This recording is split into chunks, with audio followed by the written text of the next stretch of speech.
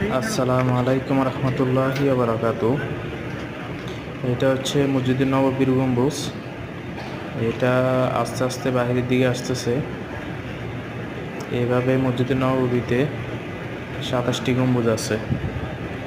সবগুলো গম্বুজ এভাবে একত্রে একই সময় বাইরের দিকে বেরিয়ে আসে। মসজিদের গরম হাওয়াটা উপরে বাইরে হয়ে যায়। উন্মুক্ত হওয়ার জন্য এভাবে প্রতিদিন একবার খুলে দেওয়া হয়। অনেক সুন্দর গম্বুজ। এইভাবে ২৭টি গম্বুজ আছে। আস্তে আস্তে বাইরের দিকে আর একটু আছে।